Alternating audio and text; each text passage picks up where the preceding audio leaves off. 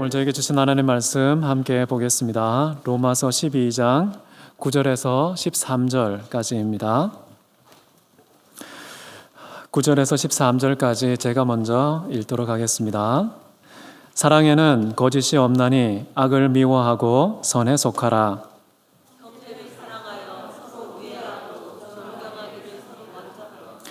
부지런하여 게으르지 말고 열심을 품고 주를 섬기라.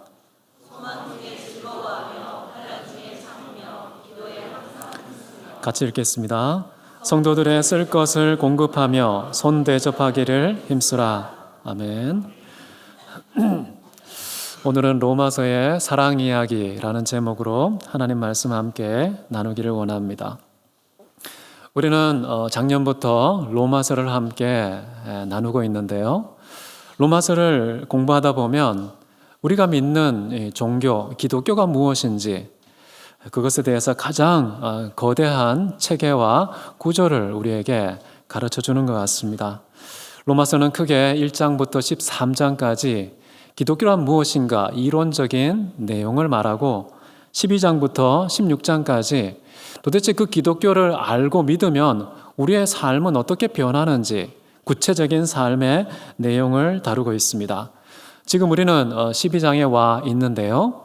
하나님을 바르게 알고 하나님께서 행하신 우리를 위한 구원, 이것을 우리가 받은 사람이라면 우리는 마땅히 하나님께 예배하는 예배자가 되어야 된다라는 것이 12장부터 16장까지의 결론입니다. 어떻게 그러면 합당한 예배를 하나님께 드리느냐? 우리가 1절에서 나눈 것처럼 우리의 몸을 하나님께 거룩하고 하나님을 기쁘시게 하고 살아있는 제물로 드리는 것이다 라고 말씀을 드렸습니다. 자, 그렇게 드림에 있어서는 하나님의 뜻을 분별해야 된다는 사실을 나누었고요. 우리의 몸의 가장 중요한 부분은 바로 우리의 마음과 영혼이기 때문에요. 우리의 마음이 새롭게 함을 받아야 한다라는 이야기를 나누었습니다. 그런 다음에 과연 우리의 몸을 하나님께 드린다고 했을 때 그 몸은 도대체 무엇이냐? 라고 했을 때 한 개인이 아니라 우리 개인이 지체로 참여하고 있는 교회 공동체, 그리스도 예수의 몸이라는 것을 우리가 함께 나누었습니다. 그래서 우리가 거룩한 예배, 합당한 예배를 하나님께 드리기 위해서는 한 사람이 혼자 나가는 것이 아니라요, 교회 공동체가 몸을 이루어서 그 몸을 하나님이 기뻐하는 거룩한 산 제물로 드리는 것. 그래서 항상 예배는요, 모이기를 힘써서 교회 공동체를 이루어서 하나님께 드려야 진정한 예배가 된다는 것이죠. 그래서 우리 대학교회는 비록 하나의 지역 교회에 불과하지만은 이곳에서 진정한 예배가 무엇인지, 대학교회가 왜 진정한 예배자가 되어야 하는지, 이런 것을 함께 공부하고 배우는 그런 말씀이 되기를 원하는 것입니다. 특별히 오늘은 어떻게 하면 하나님께 우리를 거룩하고 구별된 몸으로 드리는가, 그 드리는 구체적인 예배의 방법에 대해서 소개되어 있는데요. 간단하게 말하면 뭐겠습니까? 오늘 읽은 말씀을 보면은 사랑이구나 라는 것을 알 수 있습니다. 그래서 여러분, 예배는요, 사랑입니다. 사랑은 곧 예배입니다. 하나님께 가장 합당한 예배는요, 우리의 몸을 하나님께 가장 거룩하게 드리는 방법은 뭐냐 하면 사랑인 것입니다. 사랑하지 않으면 결코 우리는 하나님께 구별되지 않은 몸입니다. 그리고 하나님께 드려질 수 없는 몸입니다. 하나님께 구별되고 하나님께 온전히 드리는 방식은 그냥 헌금통에 집어넣는 방식이 아닙니다. 교회라는 몸을 하나님께 드리는 방법은 바로 공동체가 사랑 덩어리가 되는 것이죠. 교회 안에 곳곳에 사랑으로 충만하고 사랑으로 가득하고 넘치는 그런 공동체가 될 때에 하나님이 받으시는 합당한 몸이 된다는 것입니다.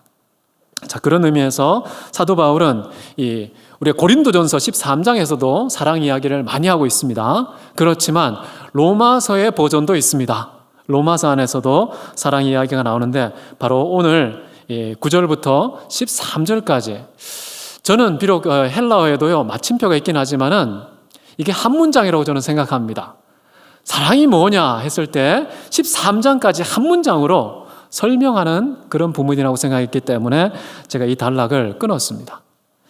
한번 보십시오. 9절을 보시면요. 사랑에는 거짓이 없나니 악을 미워하고 선에 속하라. 여기 보면은 사랑의 세 가지 특징이 나오는 것이죠. 첫 번째 특징은 무엇입니까? 전체 12가지입니다. 12절, 13절까지 사랑의 특징 12가지가 소개되고 있는데요. 첫 번째는 바로 거짓이 없는 것. 이게 바로 사랑이다. 좀 이것을 조금 다르게 번역하면요. 위선자와 같이 행동하지 않는 것.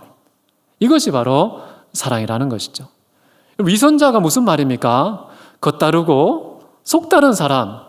겉으로는 사랑의 행위를 입었는데 그런데 속으로는 다른 꿍꿍이 속이 있다는 것입니다. 어떤 이기적인 욕망과 의도를 감추려고 사랑이라는 행위를 가리개로 사용하는 그런 사람처럼 행동하는 건 사랑이 아니라는 겁니다. 참된 사랑이 되기 위해서는 진실해야 한다는 것이죠. 겉과 속이 일치하는 그런 사랑을 해야 비로소 참된 사랑이 된다는 것입니다. 여러분, 이런 사랑을 하기 위해서는 도대체 어떤 영역까지 거짓이 없어야 될까요?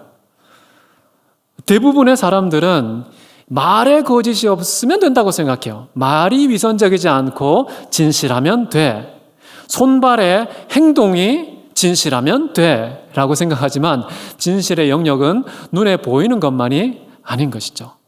보이지 않는 내면까지도 정직하고 순수하고 진실하여서 거짓과 가식과 위선과 거품이 없는 사랑을 해야 참된 사랑이다 라는 것입니다. 그래서 우리의 가장 깊은 곳까지도 하나님 앞에 부끄럽지 않고 떳떳한 그런 진실한 사랑이 우리에게 있어야 정말 구원을 받은 교회의 참된 사랑이다라고 말씀할 수 있겠습니다. 여러분, 참 무섭습니다. 우리는 정직하고 진실하다고 생각했는데 언제 어느 순간에 위선적인 사람, 가식적인 사람, 겉과 속이 다른 그런 사람이 얼마든지 될 수 있기 때문입니다. 이걸 싸워서 이 순수성을 지켜내는 것이 굉장히 어려워요. 동기의 순수성, 이 마음의 의도의 진실성을 유지하고 지키는 싸움은 쉽지가 않은 겁니다. 사랑하는 것이 거저먹기가 아닙니다. 누워서 떡 먹기, 식은 죽 먹기, 이거하고는 차원이 다른 거예요. 굉장히 어려운 나 자신과의 치열한 싸움이 없으면 참된 사랑의 주인공이 되지 못한다는 것이죠. 자, 성경에 이런 말씀도 나옵니다. 내가 주의 이름으로 선지자 노릇도 하고요, 귀신도 쫓아내고 주의 이름으로 많은 권능을 행했는데 사람들 앞에서는 이것은 최고의 사랑이다. 정말 최고의 신앙이다. 이렇게 칭찬할 수 있을지 모르겠지만 하나님의 눈동자 앞에서는 어떻게 분류됩니까? 불법을 행한 것으로 분류가 된다는 거예요. 하나님은 외모를 보지 않고 중심을 보시기 때문에요.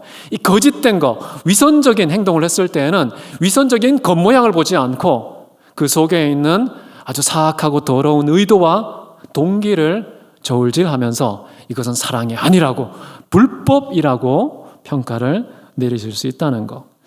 자, 그런 것을 볼 때에 우리는 참 두렵고 떨리지 않을 수가 없는 것이죠. 천사의 말을 하고 예언하는 능력이 있어서 모든 지혜와 모든 비밀을 다 알고 있고 심지어 내 모든 것을 가지고 구제를 하고 재산을 탈탈 털어서 구제하고요, 내 생명까지도 수단으로 삼아서 불사르게 내어준다고 할지라도 얼마든지 사랑이 아닐 수 있다는 것. 이것은 고린도전서 13장에 잘 설명되어 있죠. 지금 사도 바울이 로마서에서는요, 이 거짓의 문제, 위선의 문제를 다루고 있습니다. 진짜 사랑처럼 보이는 모습이 사랑이 아닐 수 있다는 것.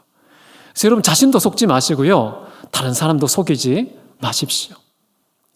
사랑이 이렇게 은밀하게 우리를 기만할 수 있다는 것. 정말 정직하고 진실해야 된다는 겁니다. 다시 말하면 이 사랑은요, 뭡니까? 그 자체가 목적이어야 합니다. 사랑하는 것 자체 외에 다른 목적과 의도가 숨겨져 있으면 벌써 위선적일 수밖에 없습니다. 투자가 될 수밖에 없는 것이죠. 진정한 사랑은 그 자체가 목적이고 다른 어떤 것에 목적에 이바지하는 수단으로 동원되어서는 안 되는 것. 이게 바로 사랑입니다. 사랑이 예배라고 했을 때 그 예배는 무엇입니까? 예배는요, 그 자체가 목적이어야 합니다. 예배 잘 드리면 내가 건강해지고 장수하고 승진하고 성공하고 합격하고 뭔가 내가 이 세상에 뭔가 복을 받는 수단과 방편으로 예배 잘 드리고 새벽기도 개근하고 헌금 꼬박꼬박 드리고 그렇게 하시는 건 진정한 신앙이 아닌 것이죠. 어쩌면 위선적인 거짓된 예배일 수 있다는 거죠. 그래서 첫 번째가 저는 굉장히 중요하다고 생각하고요. 두 번째는 뭡니까? 사랑은요, 악한 것을 미워한다. 여기 보면요, 심히 미워한다라고 나와 있습니다. 이 심히 미워한다는 것은요, 악한 것을 단순히 외면하는 게 아닙니다.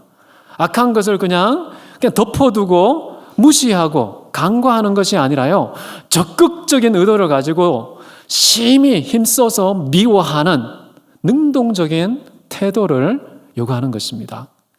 자, 이런 태도는 도대체 어떻게 나올 수 있는 것일까요? 여러분 시편에 보면 이런 말씀이 나옵니다. 97편 10절에 여호와를 사랑하는 너희여 악을 미워하라. 여기 보면 하나님에 대한 사랑과 악에 대한 미움이 맞물려 있다는 것을 알 수가 있는데요. 어떻게 하면 악을 심히 미워할 수 있습니까? 하나님을 심히 사랑하지 않으면 안 되는 것이고요. 하나님을 심히 사랑하면 자동적으로 악한 것을 미워할 수밖에 없습니다. 뒤집어서 보면요, 내가 만약에 악을 심히 미워하지 않는다라는 것은 무엇의 반증인 것입니까? 내가 하나님을 사랑하지 않는다는 증명이 되는 것이죠. 악한 것이 보여도 감각이 없거나 악한 것이 눈앞에 펼쳐지고 있어도 꿈쩍도 하지 않는다면 우리의 사랑을 의심해 볼 필요가 있다고 저는 생각을 합니다. 우리가 미워해야 될 악한 것들이 어떤 것들이 있을까요? 이 경제적인 불의가 있을 수가 있고요. 신체적인 해로움, 정신적인 부패, 영적인 타락, 이 모든 것이 바로 악한 것들, 우리가 마땅히 심히 미워해야 할 것들이라고 할 수 있는데요. 특별히 신명기에는 이렇게 다양하고 많은 악한 것들이 있지만 그 중에도 1순위로 우리가 미워해야 되는 것은 무엇인가 라고 했을 때 이렇게 말합니다. 우리가 심히 미워할 것은 하나님이 가증히 여기시는 것. 하나님이 가증히 여기시는 것. 그것은 바로 이방인들에 의해 만들어진 신들의 형상이라고 나옵니다. 우상을 말하는 것이죠. 바로 하나님을 정말 사랑하는 자, 하나님을 진심으로 예배하는 자, 그런 사람들은요, 악을 미워하는데 1순위로 미워하는 것은 바로 우상이라는 것입니다. 그래서 너는 나 외에는 다른 신을 너에게 있게 하지 말지니라. 다른 신들이 우리 마음에 출입하는 것을 견딜 수 없어 하는 질투의 하나님이 바로 우리의 하나님입니다. 눈길만 줘도 싫어합니다. 우리의 시선 처리도 오직 하나님만 바라보고 하나님만 응시할 때에 비로소 하나님께 참된 예배와 사랑을 실천하게 된다는 것이죠. 자, 그렇기 때문에 우리는 절대 우상을 숭배하면 안 되겠습니다. 세 번째는 뭔가요? 사랑은 선한 것을 어떻게 합니까?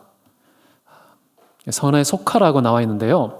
선한 것에 바짝 붙어서 결합되어 있으라는 말입니다. 여기 보면은 이 쓰인 동사 속하다는 말은 결합하다라는 동사이기도 하고요. 이것은 아담과 하와가 두 사람이지만 한 몸이 될지니라 할 때 한 몸이 되는 연합을 표현할 때 이 표현을 씁니다. 속하다 또는 연합하다. 남편과 아내가 한 몸을 이루어서 더 이상 둘이 되지 않는 그런 하나됨의 상태를 말하는 것인데요. 진정한 사랑은 뭐냐? 선과 내가 결혼하는 겁니다. 완전히 밀착되어서 뗄 수 없는 하나됨을 이루는 것입니다.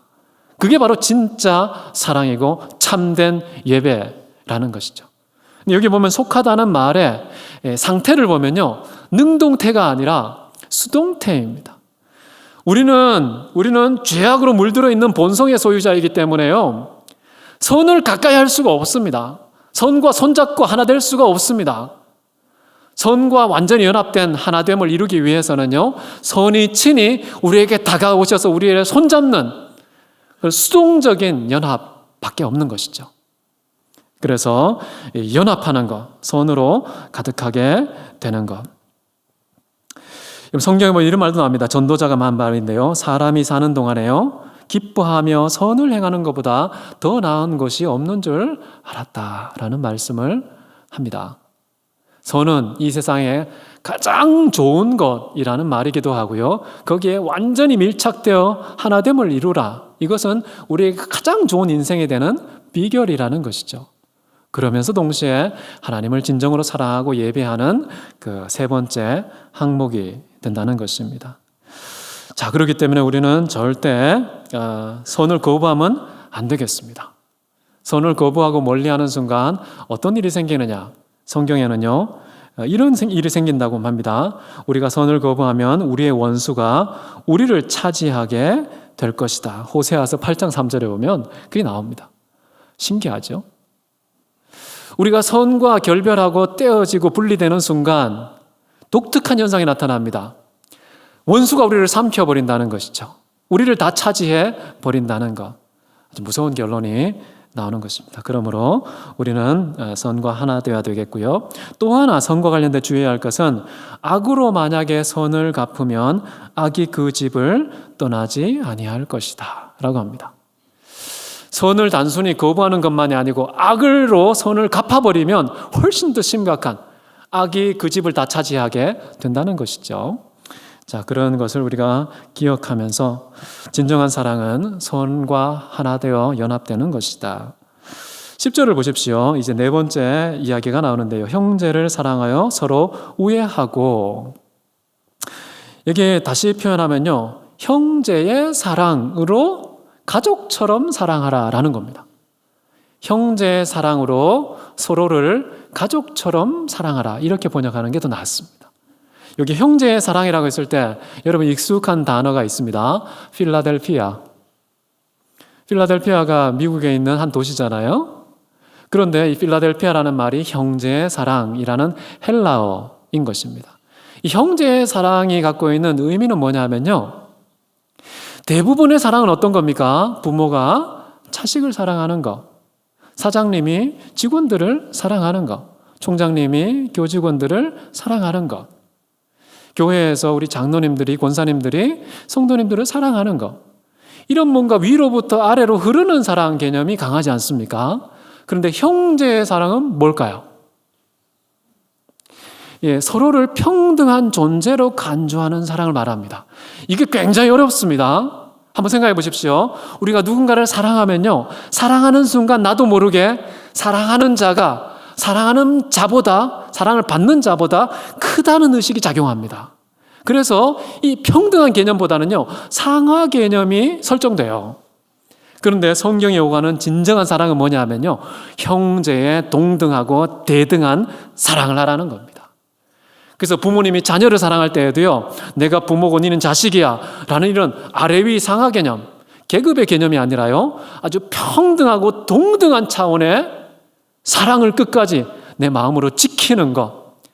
사장님이요, 이 사원들에게 월급을 줄 때에도요, 월급을 주는 자가 월급 받는 자보다 크지 않다는 의식을 가지고서 사원과 사장이 이 동등하고 평등한 관계 속에 이루어지는 사랑이 되도록 지키고 실천하는 것, 굉장히 어렵습니다. 교수가 돼도 마찬가지입니다. 가르칠 때요, 배움을 받는 사람이 가르치는 자보다 낫다는 의식이 작용을 해요. 그래서 학생과 교수가 동등하다라는 차원에서 사랑하기가 굉장히 어렵습니다. 교회도 마찬가지죠. 어떤 공동체든지 마찬가지인데 기독교의 사랑은 참 특이합니다. 평등하고 대등한 관계의 사랑을 요구하고 있습니다. 이게 가능해요. 왜냐하면 예수님께서 본을 보이셨으니까요.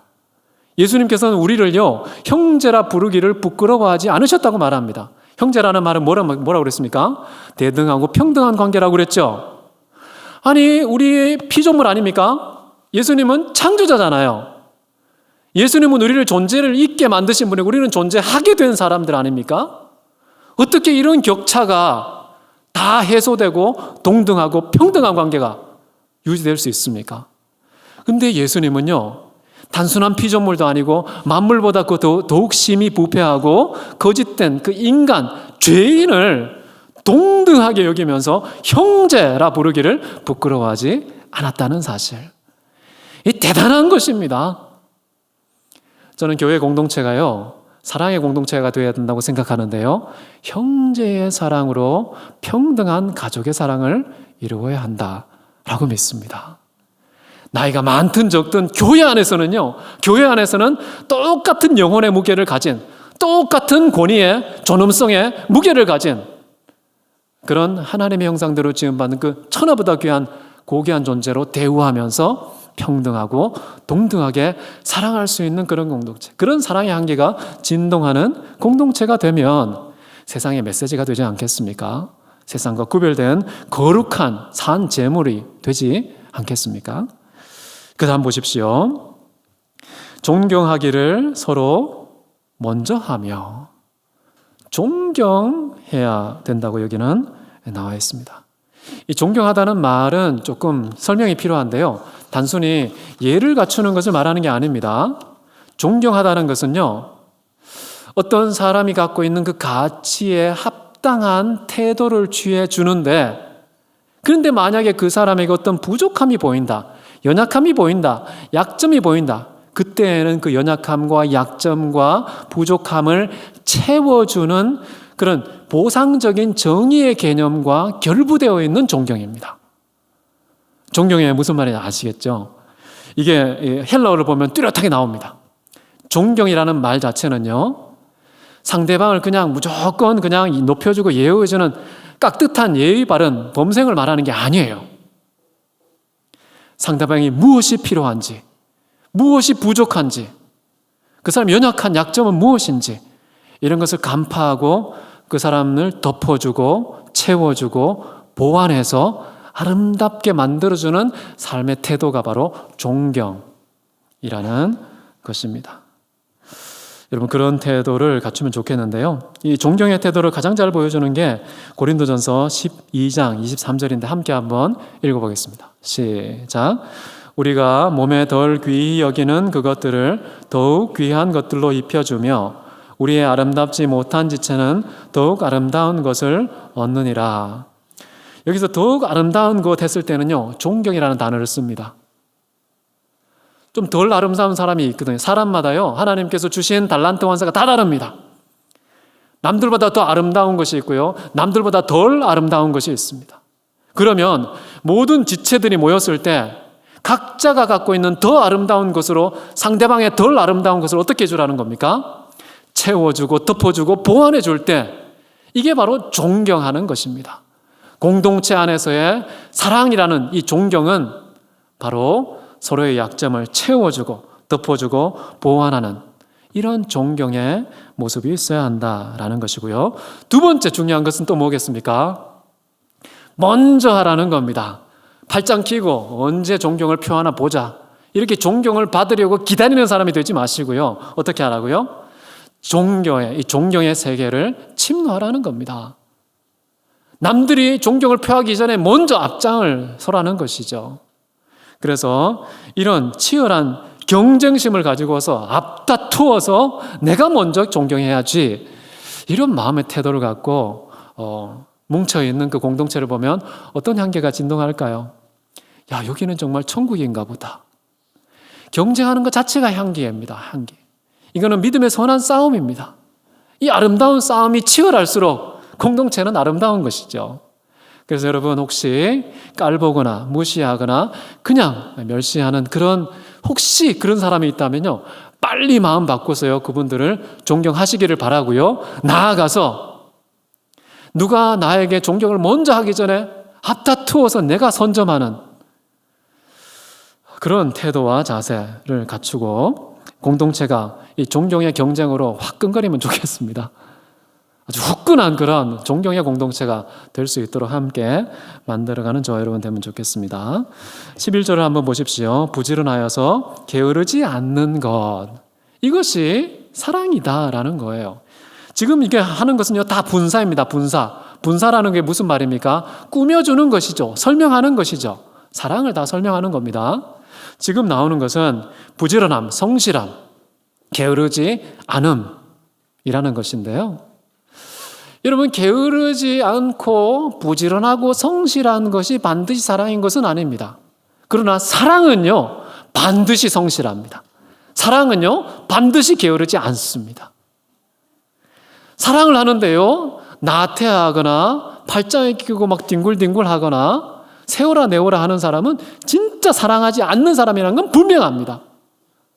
열심히 산다고 사랑하는 것이 아닐 수는 있지만 게으르고 나태한 것은 분명히 사랑하지 않는다는 것이 확인되는 것이죠. 여러분, 사랑하면 신기하게도요, 모든 것이 막 열정이 생깁니다. 현장성 그리고 현실성을 굉장히 중요하게 여깁니다. 여기서 게으르다는 말의 의미는 뭐냐면요, 지금 당장 무언가를 행하지 않고 뒤로 미루려는 마음의 태도라고 할 수 있거든요. 게으름이 그런 것입니다. 지금 당장 무언가를 행하지 않고 뒤로 미루는, 연기하고 나중에 하겠다는 그런 마음의 태도가 게으름이라고 나와 있습니다. 이 게으름의 영역이 삶 전체를 뒤덮고 있는데요, 행동이 느릿느릿한 사람이 있기도 해요. 눈길을 천천히 돌리는 사람도 있고요, 엄마가 부르면 네 하고서 천천히 반응하는 사람도 있고요, 이렇게 몸으로 눈에 보이는 가시적인 행동이 게으를 수도 있지만요, 생각이 게으른 사람도 있습니다. 24시간 쉬지 않고 생각할 수 있음에도 불구하고, 이것은 누워서도 할 수 있고 앉아서도 할 수 있고 모든 상황 속에서 이루어질 수 있는 부지런함, 성실함이 바로 생각인데요, 생각이 게으른 사람이 있습니다. 가만히 놀고 있는 것 같은데도요, 생각은 엄청 부지런해서 늘 학교에서 1등하는 사람이 있습니다. 늘 모든 일을 다 처리하는 사람이 있습니다. 눈에 보이지 않는 생각의 성실함 때문에 그렇게 사는 것이죠. 몸만 시끄럽고 분주한 사람이 있습니다. 그런 사람은 뭔가 열심히 하는 것 같은데 생각은 제자리에 있고 몸만 요란한 것이죠. 그래서 이 부지런함은요, 게으르지 않으면요, 우리의 보이는 말과 행동과 생각과 의지의 영역까지도 이 부지런함이 있어야 되고, 게으르지 않음이 있을 때 비로소 사랑인 겁니다. 사랑은 다른 말로요, 이게 믿음의 선배들이 이렇게 표현합니다. 열정의 최고치, 의지의 상태라고 말합니다. 열정이 가장 높은 상태의 의지가 바로 사랑이다. 왜냐하면 이 사랑이라는 것은요, 우리의 의지를 가장 강력하게 드라이브를 걸어서 의지를 작동하게 만드는 것입니다. 그게 바로 사랑이거든요. 그래서 내가 뭔가 의지를 갖고 뭘 하면은요, 사랑에 빠진 겁니다. 돈에 사랑에 빠졌든지 일에 대한 사랑에 빠졌든지 무언가 사랑에 빠지면요, 의지를 갖고서 적극적으로 뭘 하게 됩니다. 운동을 좋아하는 사람은요, 의지를 갖고 운동을 하고요, 공부를 좋아하면 치열하게 책장을 넘겨서 공부를 하죠. 사랑이라는 그런 겁니다. 우리의 모든 의지를 다 삼켜버리죠. 의지를 다 차지하는 게 바로 사랑의 대상인데, 사랑은 바로 게으르지 않음입니다. 집중되어 있고. 그래서 과연 우리가 하나님을 사랑하고 있는지 한번 체크를 해보십시오. 예배드리자, 성경 좀 보자, 기도 좀 하자, 함께 우리 섬기고 봉사하자. 그럴 때 막 느릿느릿하게 네 하고 생각이 천천히 굴러가고 말이 천천히 나오는 그런 거면요, 하나님 사랑 안 하는 가능성이 높습니다. 자, 그래서 요거 잘 기억하시고요. 마지막 보십시오. 마지막이 아니고 11절 끝에 열심을 품고 주를 섬기는 거, 열심을 품는다는 거, 게으르지 않고 성실하게 열심을 품고 뭘 해야 되느냐? 이 에너지의 방향을 제시하는 겁니다. 주님을 섬겨야 된다는 것입니다. 우리가 살아가는 삶의 모든 영역에서요, 주님을 섬기셔야 됩니다. 사람을 섬기는 게 아닙니다. 자연을 섬기는 게 아닙니다. 범사의 모든 대상을 향하여서 모든 곳에서 주님을 섬기는 것이 사랑이라는 거예요. 부모님을 대할 때 어떻게 합니까? 주 안에서 범사에 순종하면 주님을 섬기는 겁니다. 직장에서 일을 할 때 어떻게 합니까? 육체의 상전에게 사람에게 하듯 하지 말고 뭐 하라 그럽니까? 죽게 하듯이 하라. 그러면 주님을 섬기는 겁니다.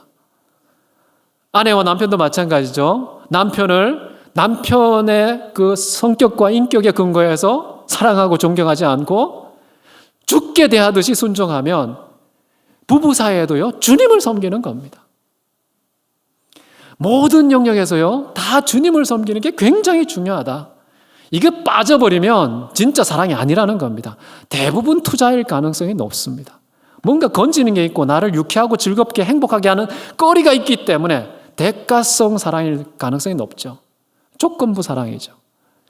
주님 빠져버리면요, 저는 단언합니다. 모든 게 다 조건부 사랑이다.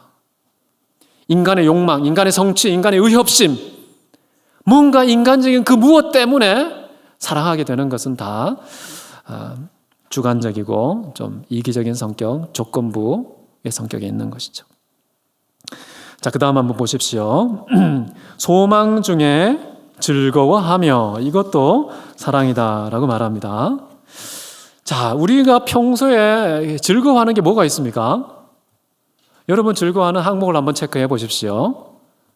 주로 눈에 보이는 것일 가능성이 높고요. 그리고 현재의 일일 가능성이 높습니다. 그렇죠? 그런데 여기는 무엇으로 즐거워하라고 그럽니까? 여기 보면 소망 중에라는 표현도 되지만요, 소망과 더불어 기뻐하다, 이런 뜻입니다. 소망과 더불어. 소망이 나에게 기쁨의 근거가 된다라는 뜻이겠죠. 이상합니다. 소망이라는 게 뭡니까? 현재의 일입니까? 눈에 이루어진 일입니까? 아니죠. 이루어지지 않은 일이에요. 현재가 아니라 미래의 일을 말합니다. 왜 이루어질 일을 기뻐하고 미래의 것을 기뻐합니까?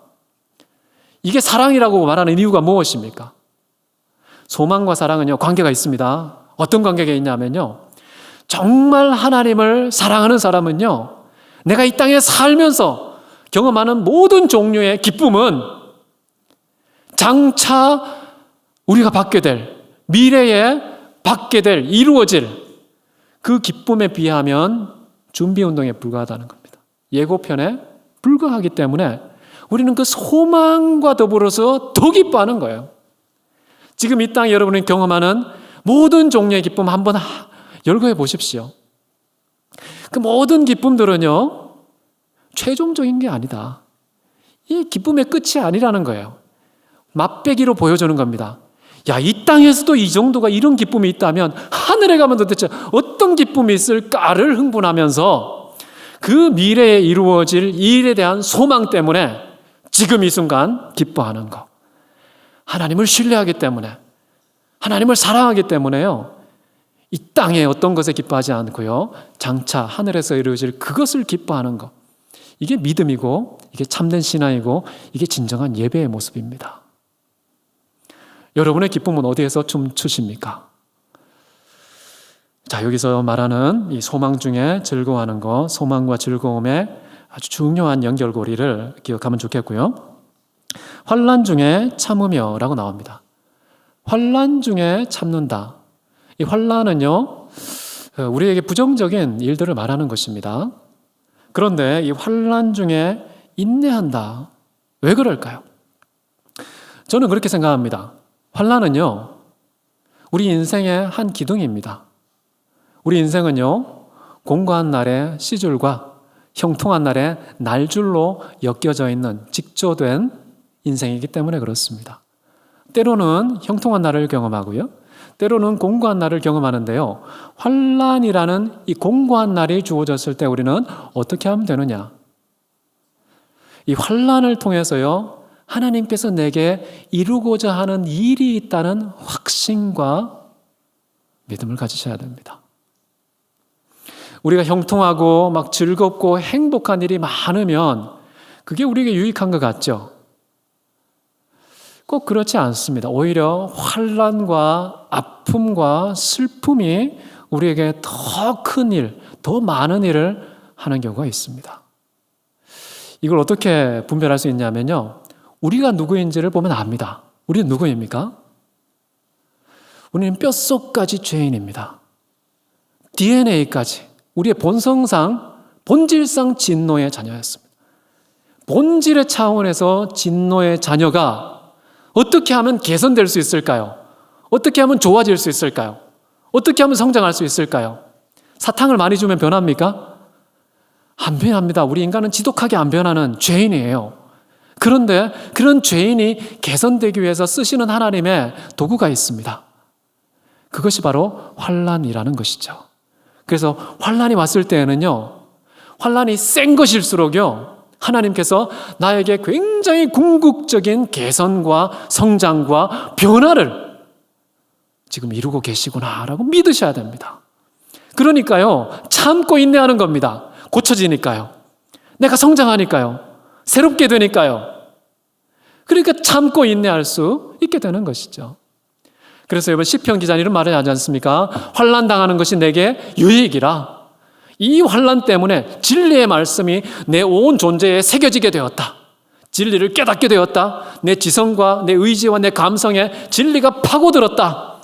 이런 유익이 있기 때문에 환난을 당하는 것을 내가 유익이라고 분류를 하는 겁니다. 사도 바울은 어떻게 얘기합니까? 그리스도 예수가 내 안에 사시는 것, 주님이 내 존재 안에 파고 들어와서 나를 성전으로 삼고 그 안에 왕으로 거하시는 것, 주님이 사시는 것이라면 죽음조차 유익이다 라고 평가하지 않습니까? 환난의 끝판왕이 죽음 아닙니까? 근데 죽음조차, 그런 환난조차 유익으로 분류될 수 있기 때문에 하나님께서 정말 이 죄의 싹은 죽음 아닙니까? 죄의 싹은 죽음이기 때문에요, 죽음 같은 환난을 당한다는 것은요, 정말 우리가 얼마나 심각한 죄인인지를 깨닫게 하는 동시에 그 죄와 철저한 결별을 우리에게 선물하시는 그런 방식이 죽음 같은 환난인 것입니다. 그러니까 여러분, 환난이 왔을 때 곧장 도망치지 마십시오. 피해가지 마십시오. 환난이 왔을 때에는요, 그냥 나를 관통하도록 그냥 인내하면서 지나가는 것입니다.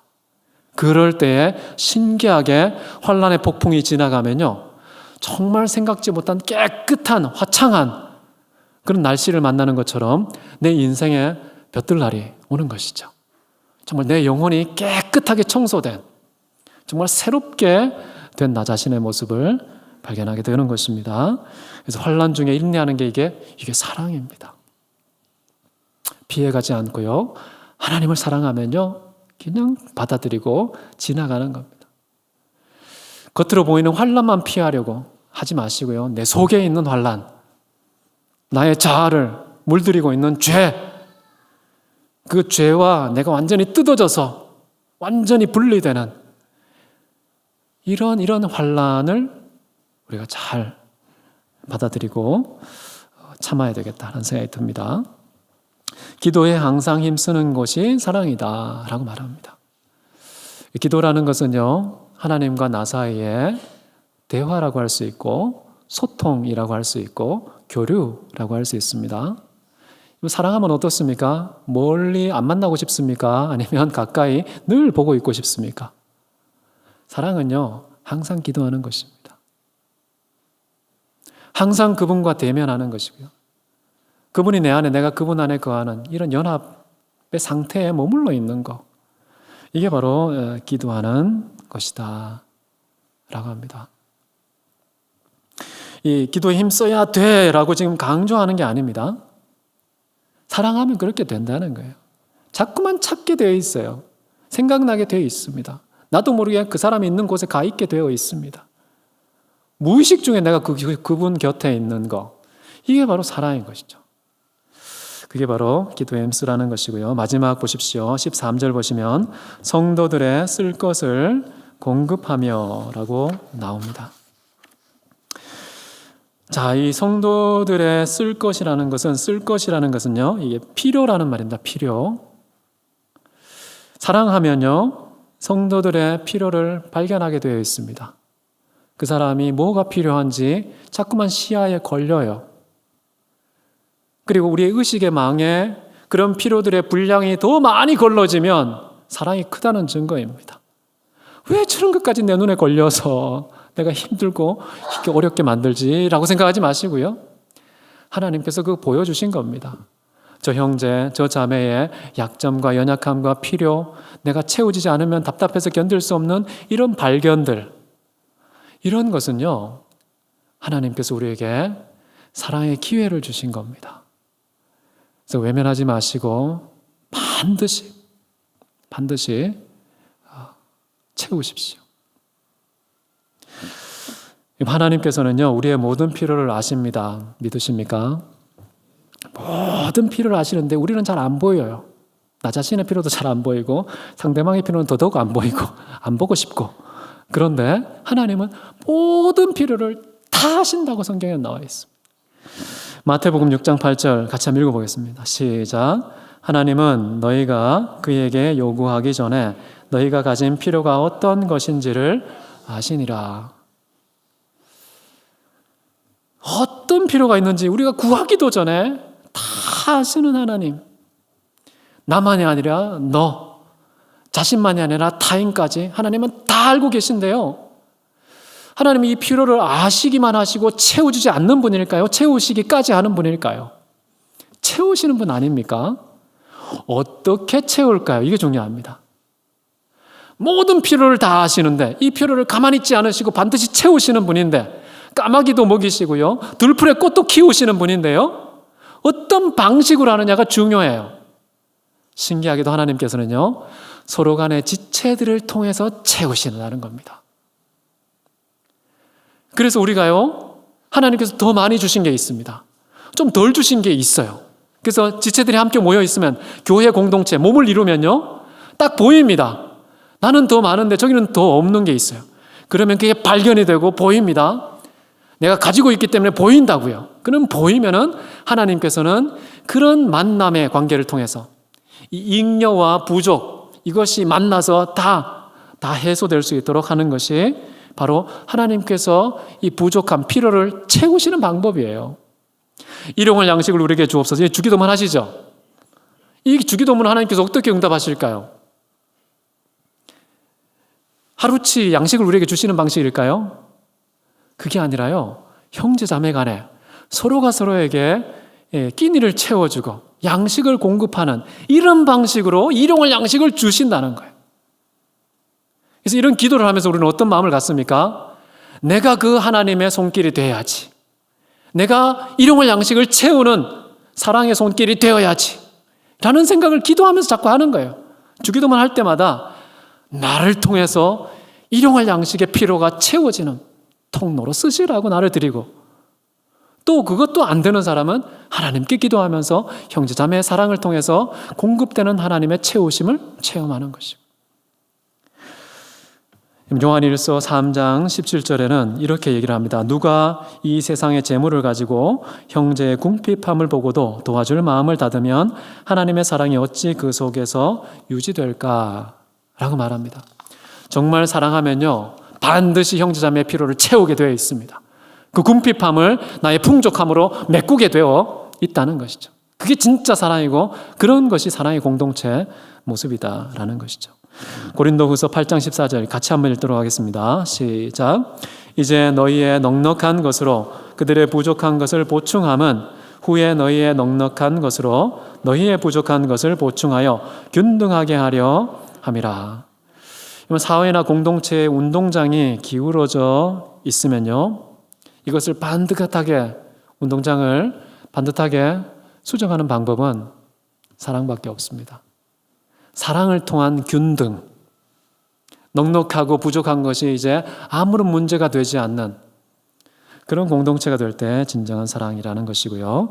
마지막은 뭡니까? 손 대접하기를 힘쓰라. 아까 필라델피아가 뭐라고 그랬습니까? 형제의 사랑이라고 했죠. 필라델피아. 이거는 이게 필로넥시아라는 말을 씁니다. 필로넥시아, 손 대접하기. 이게 필로넥시아라고 그러는데요. 다르게 말하면 나그네의 사랑이라고 번역하면 됩니다.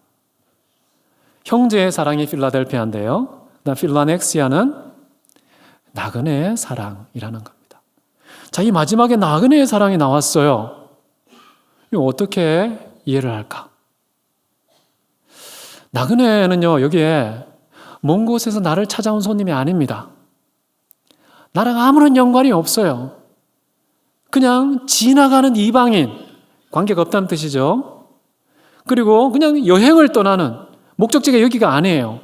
여행을 쭉 떠나는데 지나가는 여객, 그 다음에 어디를 갈 바를 알지 못하고 떠돌아다니는 방랑자, 이런 의미가 이 안에 담겨 있습니다. 그런 사람을 따뜻하게 내 집으로 맞이하는 것, 이것을 환대라고 합니다. 환대. 손님 맞이하기라고 이렇게 번역했는데요. 환대한다는 것은 나그네에 대한 사랑이고, 아무런 연고가 없고 아무런 조건도 없고 또 아무런 보상도 기대할 수 없는, 떠돌이니까요, 나그네니까요, 그냥 지나가서 두 번 다시 만나지 못할 가능성이 높은 사람들이에요.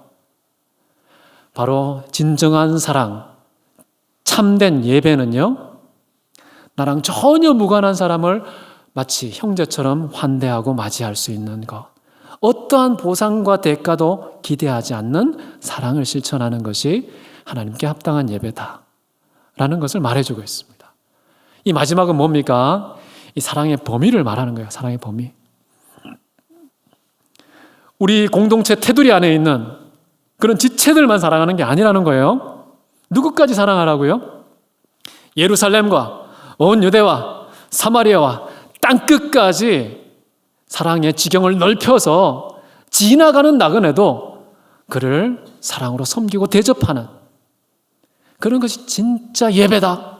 이게 진짜 하나님 사랑이다 라고 가르치고 있습니다. 말씀을 정리하겠습니다.